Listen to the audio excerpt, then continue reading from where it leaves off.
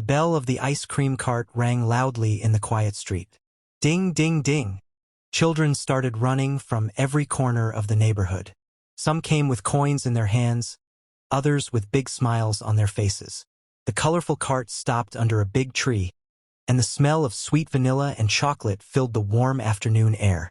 Behind the cart were two friends, Lucas and Mateo. They worked together every summer selling ice cream in the town. The job was not always easy, but they loved it. Lucas was tall and calm. He liked to talk with people and tell funny stories while he served ice cream. Mateo was shorter and very energetic. He always had new ideas to make the cart more fun. Their cart was not ordinary.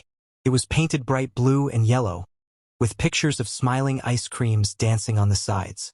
On the top there was a small bell that Mateo loved to ring. Every afternoon they walked through the streets, parks, and small squares of the town. Children waited for them. Parents smiled when they heard the bell. Even old people came outside to buy a small ice cream and remember their childhood. But this story started on a very strange summer day.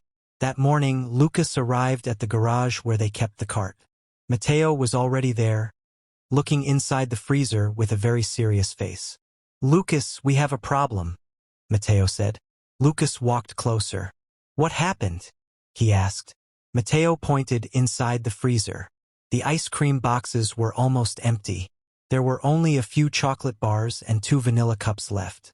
Lucas opened his eyes wide. "That's impossible," he said. "Yesterday the freezer was full." Mateo shook his head. "I know. I checked last night." For a moment, both friends stayed silent. The sun was rising outside, and they knew that soon children would start looking for the ice cream cart. "What do we do now?" Lucas asked. Mateo crossed his arms and started thinking. Then suddenly his eyes lit up. "I have an idea," he said. Lucas knew that Mateo's ideas were sometimes crazy, but they were also often brilliant. "What is it?" Lucas asked. Mateo smiled. "Today, we make special ice cream." Lucas looked confused. "Special?" Mateo nodded. "We go to the market. We buy fruits, milk, and sugar. Then we make our own ice cream." Lucas laughed a little. "We are not chefs." Mateo shrugged. "But we can try." Lucas looked at the empty freezer again. Then he smiled. "Okay," he said. "Let's do it." The two friends closed the garage and walked quickly to the town market. The market was full of colors and sounds. People were selling bananas, strawberries, mangoes, and pineapples. Mateo's eyes were shining like a child in a candy store. "We can make strawberry ice cream," he said. "And mango," Lucas added. "And pineapple." Soon their small cart was full of fruits, milk, and ice. The fruit sellers looked curious. "Are you opening a restaurant?" one woman asked. Mateo laughed. "No. Today we are ice cream artists." Back in the garage they started working. Lucas washed the fruits. Mateo cut them into pieces. They mixed milk, sugar, and fruit in a blender.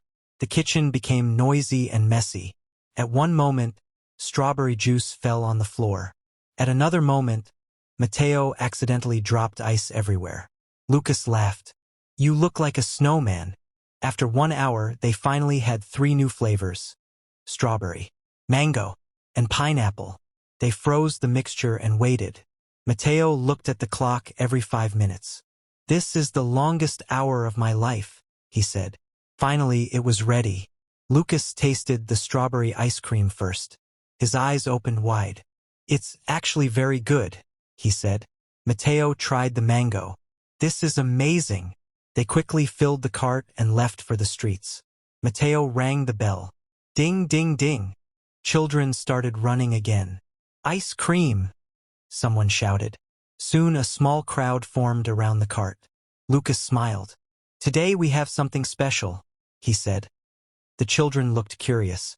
"What is it?" a girl asked.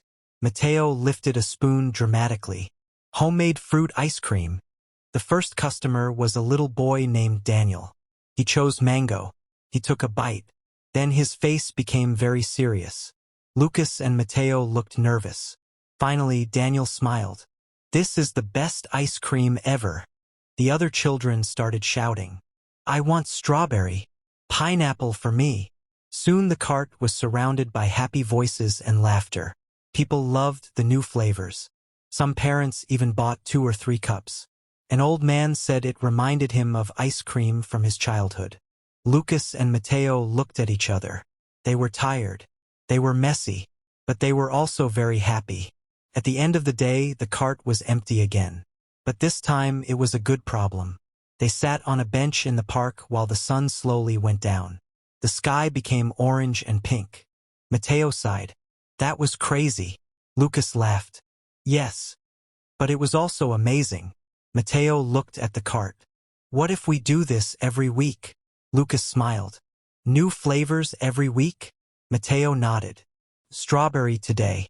Maybe chocolate banana tomorrow." Lucas stood up and rang the bell one more time. Ding, ding.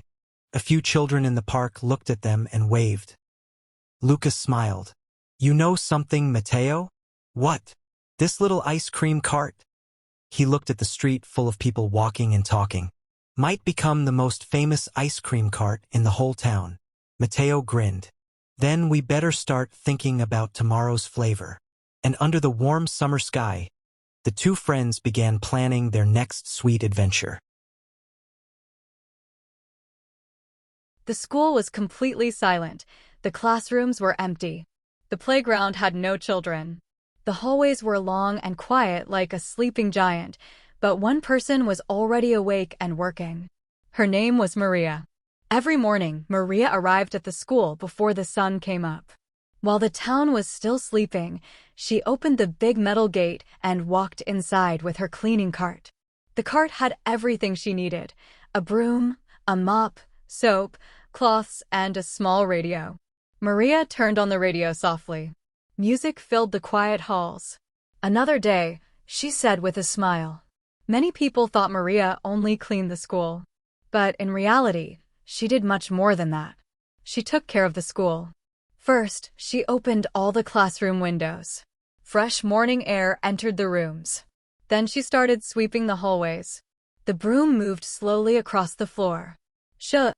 The sound echoed softly in the empty building.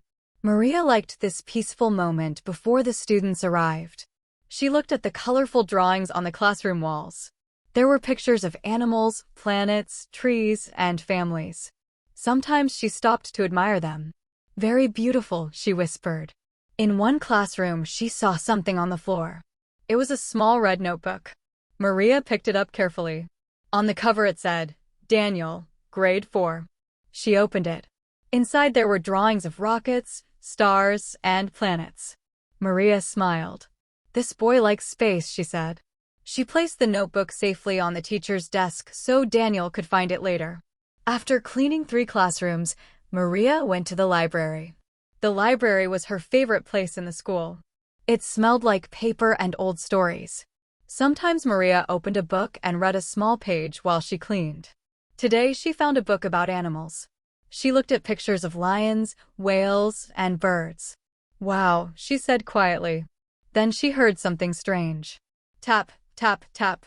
Maria stopped moving. The school was supposed to be empty. She looked around the library. Nothing. Then she heard the sound again. Tap, tap, tap. It was coming from the window. Maria walked closer. Outside, a small gray kitten was trying to enter the library. Its tiny paws were touching the glass. Tap, tap, tap. "Oh, hello, little one," Maria said. She opened the window carefully. The kitten jumped inside. It looked thin and hungry. Maria crouched down slowly. "Are you lost?" she asked softly. The kitten walked around the library, sniffing everything. Then it sat down near Maria's feet. Maria smiled. "Okay, you can stay for a moment." She went to the teacher's kitchen and found a small bowl. She poured a little milk. The kitten drank it quickly. "Someone will be happy to see you," Maria said. Soon the sun started rising higher in the sky. It was almost time for students to arrive. Maria finished cleaning the last hallway. The floors were shiny. The desks were organized. The trash cans were empty. Everything looked ready for a new day of learning. Just then, the first students started entering the school. They were talking, laughing, and running. The quiet building suddenly became full of life. "Good morning, Maria," some students said. "Good morning," she replied. Daniel ran into his classroom. A few seconds later, he shouted happily, "My notebook. I thought I lost it." Maria smiled quietly while mopping the hallway. Later, a little girl entered the library. She saw the kitten sleeping under a chair. "Oh, a kitten," she said excitedly. Soon many students came to see it. The teacher arrived too. "Well, it looks like we have a new visitor," she laughed. The students wanted to keep the kitten at school. They decided to give it a name. After many ideas, they chose Star, because Daniel said the kitten's eyes looked like stars in the night sky. That afternoon, when the school day ended, Maria sat on a bench in the playground. The sky was turning orange as the sun went down. Star the kitten jumped onto the bench next to her. "You had a busy day too, huh?" Maria said. The kitten purred softly. Maria looked at the school building. Children were leaving with backpacks and smiles. Teachers were talking near the gate. The halls were slowly becoming quiet again. She sighed happily. Many people did not notice her work. But Maria knew something important.